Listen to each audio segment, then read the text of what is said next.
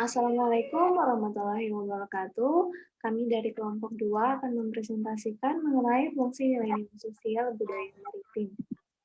Adapun anggota dari kelompok kami yang pertama adalah Triwijanarko, yang kedua saya sendiri Febrianti Setianingsih, yang ketiga Deswi Lola Felicita Baan, yang keempat Evelyn Gilbert, yang kelima M. Aidil Tiskula Ilham, dan yang terakhir Milani Dwiona Suryanti Penturi. Untuk materi yang pertama mengenai cinta maritim Nusantara. Sejarah perkembangan maritim di Indonesia telah dikenal sejak dahulu dan menjadikan orang-orang Indonesia sebagai pelaut ulung dengan beribu pulau di Nusantara. Maritim memiliki potensi penting dan strategis terhadap perkembangan ekonomi, wisata, dan juga pertahanan, perdagangan, sumber pangan, sumber energi, dan juga sarana transportasi serta pertahanan. Oleh karena itu, kita perlu membenahi dan memaksimalkan potensi pulau terdepan sebagai salah satu upaya menggali potensi maritim Indonesia, di antaranya dengan pengembangan pelabuhan, memberdayakan masyarakat pesisir, dan juga mengembangkan usaha kecil menengah atau UKM, mengembangkan ekowisata dan budaya serta lain sebagainya yang menjadi pendukung kemajuan maritim kita.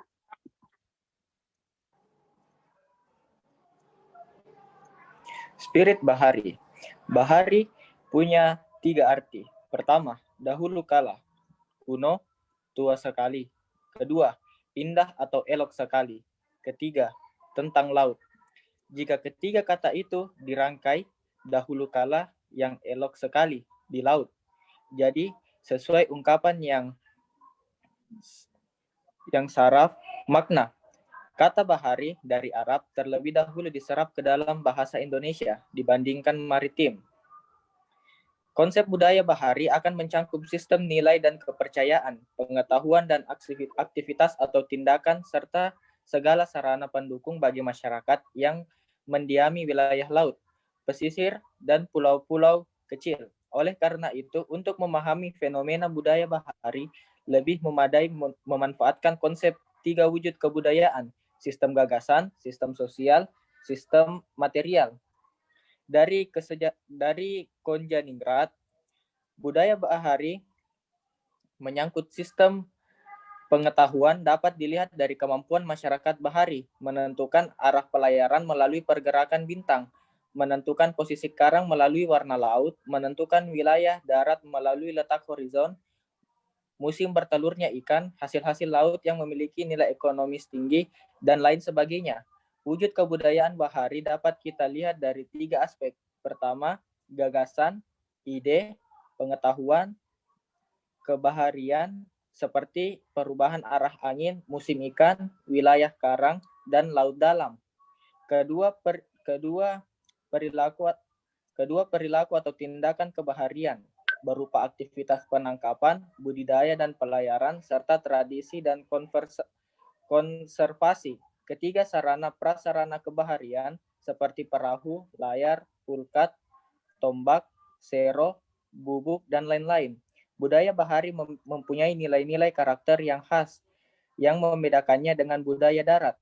Laut penuh dengan gelora, topan badai, ombak dan arus, kegelapan, keangkeran, kepanasan, sehingga tidak mudah diarungi dan ditaklukkan. Ketelatenan dalam menghadapi situasi laut menjadikan orang-orang bahari mempunyai budaya yang khas, budaya yang spesifik, dan pada situasi tertentu dapat dianggap mempunyai keunggulan dibandingkan dengan budaya darat. Pertama, tangguh dan pantang menyerah. Budaya ini terbangun melalui proses interaksi dengan lingkungan alam atau laut yang tidak mudah ditakluk. Angin topan dan badai, serta gelombang dan arus adalah hiasan laut dan senantiasa menjadi tantangan pelaut.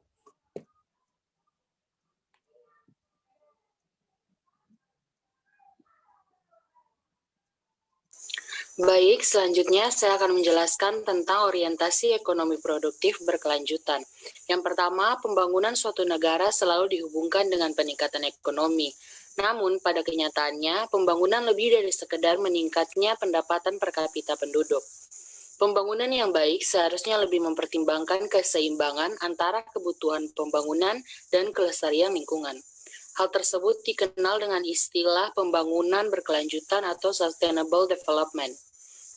Yang kedua, konsep pembangunan berkelanjutan memiliki tujuan utama untuk meningkatkan kesejahteraan dalam memenuhi kebutuhan dan aspirasi masyarakat. Yang ketiga, pembangunan berkelanjutan memiliki 4 prinsip utama, yaitu pemerataan dan keadilan sosial, menghargai keanekaragaman, pendekatan integratif, dan perspektif pada jangka panjang. Berikutnya, multikulturalisme di Indonesia. Masyarakat Indonesia merupakan masyarakat dengan tingkat keanekaragaman yang sangat kompleks dan tersebut dikenal dengan istilah masyarakat multikultural.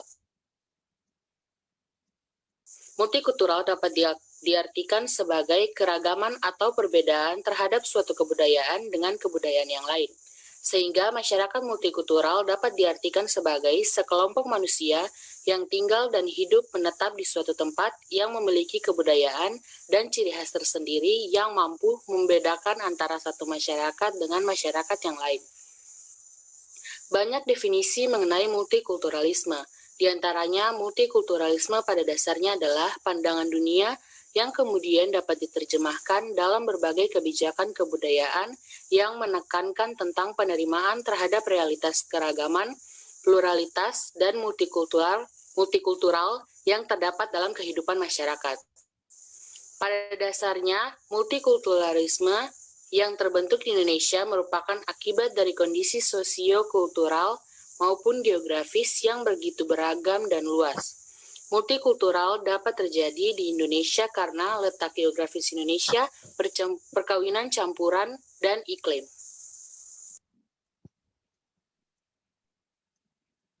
Selanjutnya, rasa cinta tanah air. Nasionalisme adalah suatu paham yang menciptakan dan mempertahankan kedaulatan sebuah negara. Dalam bahasa Inggris adalah nation, dengan mewujudkan satu konsep identitas bersama untuk sekelompok manusia yang mempunyai tujuan atau cita-cita yang sama dalam mewujudkan kepentingan nasional. Dan nasionalisme juga rasa ingin mempertahankan negaranya baik dari internal maupun eksternal. Ikatan nasionalisme tumbuh di tengah masyarakat saat pola pikirnya mulai merosot. Terkikisnya rasa nasionalisme di kalangan muda dikhawatirkan akan berdampak buruk kepada persatuan dan kesatuan bangsa. Untuk itu, perlu pendidikan dan pembinaan karakter bangsa untuk memajukan peradaban bangsa agar menjadi bangsa yang semakin terdepan dengan sumber daya manusia berilmu, berwawasan, dan berkarakter.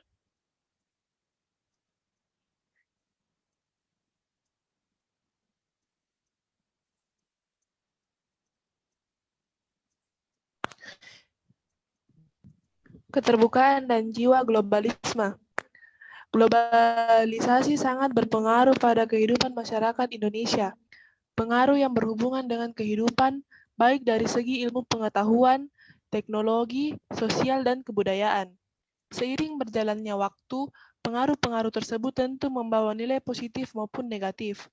Pengaruhnya terlihat pada perkembangan kesenian tradisi di Indonesia. Proses globalisasi pada awalnya ditandai dengan kemajuan di bidang tersebut dapat mempengaruhi kehidupan masyarakat. Dalam perkembangannya, globalisasi dapat menimbulkan berbagai masalah dalam bidang sosial dan kebudayaan. Misalnya hilangnya budaya asli suatu daerah atau suatu negara, hilangnya sifat kekeluargaan dan gotong royong, hilangnya nilai-nilai budaya, hilangnya kepercayaan diri, dan banyak pemuda-pemuda zaman sekarang yang terpengaruh dengan dampak globalisasi tersebut.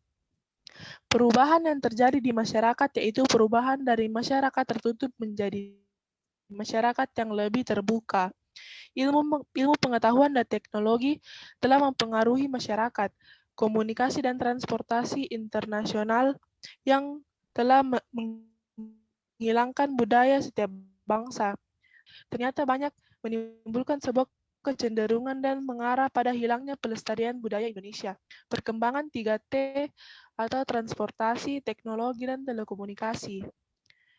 Kesenian adalah kekayaan yang tidak ternilai harganya dan tidak dimiliki oleh bangsa-bangsa asing. Oleh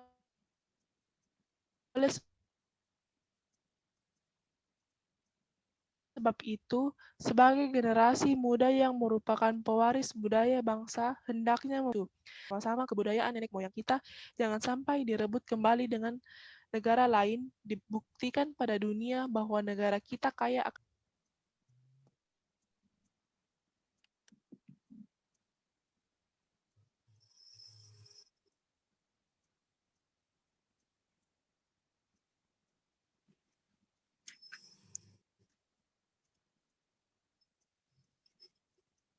Selanjutnya ialah religius. Religius berkaitan dengan atau mewujudkan pengabdian yang setia kepada realitas tertinggi yang diakui. Berkaitan dengan atau dikhususkan untuk keyakinan atau ketaatan agama. Dalam Pancasila, sila pertama ketuhanan yang Maha Esa menjadi nilai karakter utama yang posisinya berada di tengah-tengah sila lainnya. Artinya penerapan semua nilai karakter yang terdapat pada keempat sila tersebut harus berlandaskan pada nilai karakter sila pertama ini. Dalam agama terdapat ikatan yang harus dipegang dan dipatuhi manusia dan mempunyai pengaruh besar terhadap kehidupan sehari-hari manusia yang berasal dari suatu kekuatan gaib. Kekuatan gaib mempunyai kedudukan yang lebih tinggi dari manusia dan tidak dapat ditangkap dengan panca indera. Kepercayaan ini yang disebut dengan mitos. Nilai karakter religius dalam buku konsep dan pedoman PPK memiliki beberapa subnilai yang mencerminkan dimensi hubungan manusia dengan Tuhan, sesama manusia, dan alam semesta yang terdiri dari cinta damai, toleransi, menghargai perbedaan agama dan kepercayaan, teguh pendirian, percaya diri, kerjasama antar pemeluk agama dan kepercayaan, anti bully dan kekerasan, persahabatan, ketulusan, tidak memaksakan kehendak, mencintai lingkungan, melindungi yang kecil dan tersisih. Jadi itu saja hasil presentasi kelompok kami. Kurang lebih. Assalamualaikum